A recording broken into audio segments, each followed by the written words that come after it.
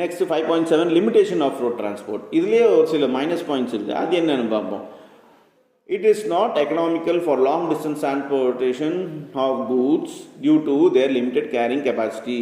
Transportation of heavy or goods is bulk by road involves high cost. It is affected by adverse weather conditions like flood, rain, landslide, etc. இப்போ நீங்கள் long distance போகணுன்னாக்கா லாரியில் அந்த மாதிரி போகும்போது நிறைய goods வந்து எடுத்துகிட்டு போக முடியாது ஒன்று. இன்னொன்று அது ரொம்ப காஸ்ட்லியாக இருக்குது அப்படின்னு சொல்கிறாங்க.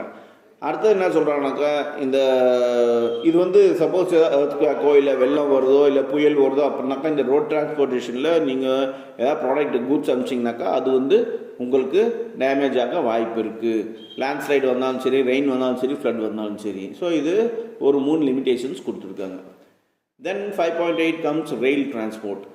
Transportation of goods and passengers on rail lines through train is called rail transport.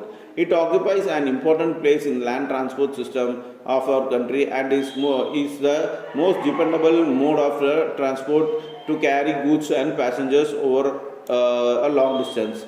Besides long distance, local transports of passengers is also provided by local trains and metro trains in some metropolitan cities.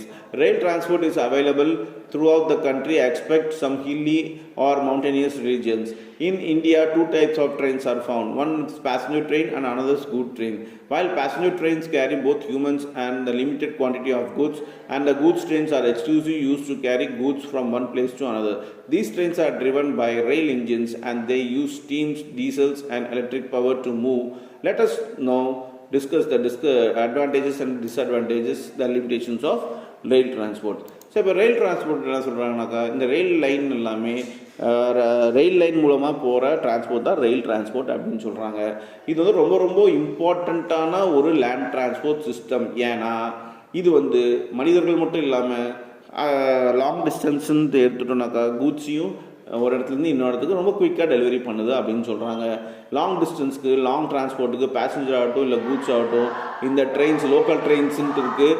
எல்லாமே நீங்கள் சிட்டியில் பார்க்கலாம். Local trains, metro trains, இதெல்லாம் சென்னை, பெங்களூர் இந்த மாதிரி சிட்டிஸில் பார்க்கலாம். அங்கே எல்லாமே இருக்குது ஸ்பீடாக போகிறதுக்கு.